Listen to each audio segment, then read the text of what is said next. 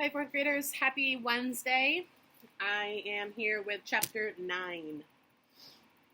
The next day was bright and breezy, perfect for a sail.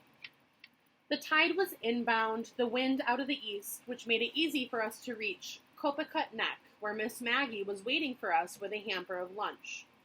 Go on home, she told her mare Cinders, who was so gentle and smart that Miss Maggie could ride bareback and then turn her loose to meander home. You take the food, she said when I offered to help her aboard the skiff. The next day, the day I need help into a boat from a sprout like you is the day I stay on shore with the widows and babies. Yes, ma'am, I said, climbing in after her. I wanted badly to tell her about the letter and the ring, but not now, not here, and not when Osh was with us. I knew Miss Maggie would have questions, but Osh has been especially quiet all morning. I didn't think he'd feel like giving her any answers.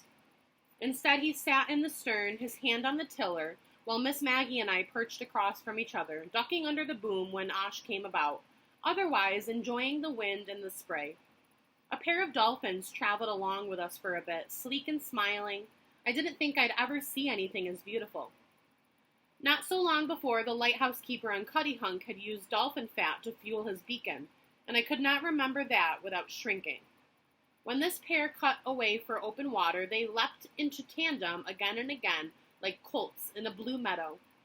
Pennikeys looked small at first, but not much bigger up close, and the near shore, all rocks below a bluff, gave us no good place to land, so we sailed around to the harbor where it was easier.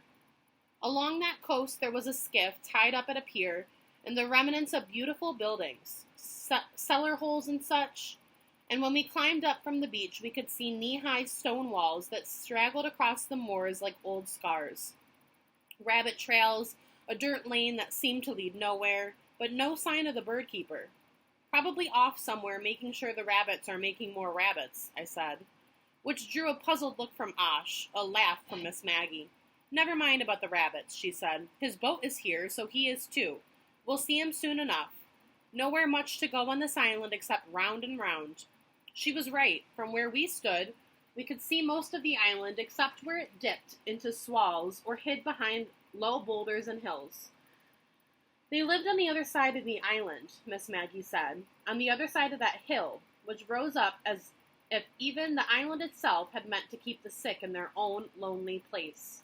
I felt twice as heavy as I had moments before, but I picked up one foot and then the other and led the way in that direction.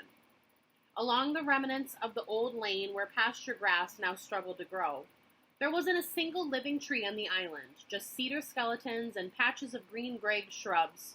Mostly the island was a hilly moor of sharp grass and wildflowers, stretching from shore to shore like a lumpy quilt. Woadwaxen, Osh suddenly said, coming to a stop. It sounded like neither English nor his other private tongue, but I knew it to be part of his third language, the one he used for when making paints. For yellow, he said, pointing. This was something we did together on Cuttyhunk and other islands where we sailed in search of petals we could boil into dyes and mix into paints. He taught me which plants make colors and how to mix them and make more. I loved being his assistant in both the kitchen and the field.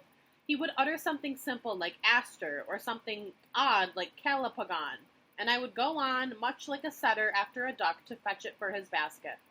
I did that now, cutting off the lane to gather some woadwaxen for his yellow. It was a tough thing that didn't want to go with me, but I pinched off a number of new blooms and tucked them in my pockets. They wouldn't yield much, but sometimes Osh painted a single yellow flower in a pale green marsh, and it was all the better for being just one. I stayed in the rough, walking parallel to the road for a bit, in hopes of finding a tea berry to chew on. Instead, I found myself hobbled by a soft spot that buried my right foot. Had I been running, I would have been hurt. Maggie came to help me. Maybe an old stump well, she said. If it is, where's the tree that lived here? Gone to a fire, I suppose. She looked about. See there? All that old wood and the heather? The last of what grew here. This island was all trees once. I could see some other sandy spots ahead where nothing grew. When I tested them, the ground was soft, too. I imagined the cedars that were now cut and dried and split into house shingles. Odd that the holes are still here after all this time, I said. Miss Maggie frowned. Sand will do that to the ground. Osh had gone ahead without us along the road, and we hurried to catch up. Pimpernel, he said, pointing, and again I left the lane to fill my pockets, more careful now about where I stepped. When we reached to the top of the hill, we found a brick reservoir and a big curved boulder where we sat to rest. From there, we could see a couple of kettle ponds in the distance and a row of buildings on a wind-scoured bluff overlooking Buzzard's Bay. In the middle, a big structure. On either side, plain cottages facing the water. That's where they lived, Miss Maggie said quietly, and we soon headed down the hill toward them. As we approached the cottages, we found the remnants of a garden, but everything in it had gone wild. A thatch of blackberry bushes and mounds of earth as if someone had been digging for potatoes or carrots, though I didn't see anything like that growing here. And a bit further along at the end of the row of cottages, a black spot on the ground where a fire had been. Some bones in the ash, some feathers, the gleam of grease, a cooking fire, I thought. Someone had cooked a bird here, and I had seen this fire. This is the leprosarium, Miss Maggie said as she led us to the steps of the big building among the cottages, the hospital where they treated the lepers. Osh and I stood and stared. I wonder how many lepers lived here. Not so many, Miss Maggie said. How do you know? She looked a little abashed. I went to the library. She knew how I felt about the library, and she shared my displeasure. Years earlier, when they first discovered that she was borrowing books for our lesson, they gave her the books outright rather than put them back on the shelves.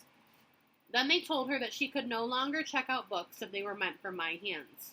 Of course, she continued to take out books without telling the librarian that they were meant for me, and I was tempted to kiss every page of them for good measure before she returned them. What nonsense, she said again and again. What utter hogwash. But the library had a good collection for such a small town, and I was not sorry that Miss Maggie had gone looking. Most of the lepers came to America already sick, she said. From Russia, some of them, Japan, Turkey, China, other places. I knew about Cape Cod. It was our mainland to the north, but I'd never heard of Cape Verde. I turned to her. Where's Cape Verde? I said. She looked steadily off at the hospital. Islands off Senegal. Where's Senegal? Africa, she said. What about Tobago? Another island off the coast of Venezuela. Where's Venezuela? Oh, for goodness sakes, Crow, we'll have a geography lesson when we get home. Where's Venezuela? I repeated. South America. I looked at my arms. They were the same color Osh made by mixing purple and yellow, blue and orange, red and green. I wondered what people on those other islands looked like. Maybe I was a real islander after all, just not an Elizabeth Islander.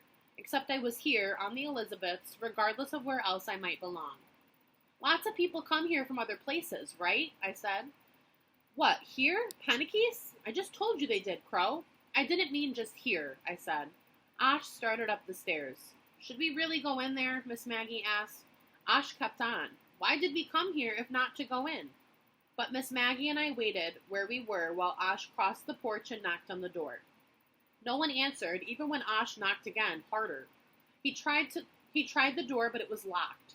Who locks his door when he's the only one living on an island? He peered through a porch window alongside the door and then returned to the yard, shrugging. Maybe he didn't hear you, I said, climbing the porch steps. No one's there, Crow, Miss Maggie said. But I knocked hard regardless, and that was when I heard a thump inside. A heavy noise from above, I thought, like something had fallen. I raised my fist to knock again, but from around the line of cottages came a man. He was carrying a shovel in one hand, a long gun in the other. All right. I'm going to have you make another prediction. Who is the man? Is it the bird keeper? Is it someone that was left over from the hospital? What do you think? Have a great day. I'll see you tomorrow. Bye, Adams.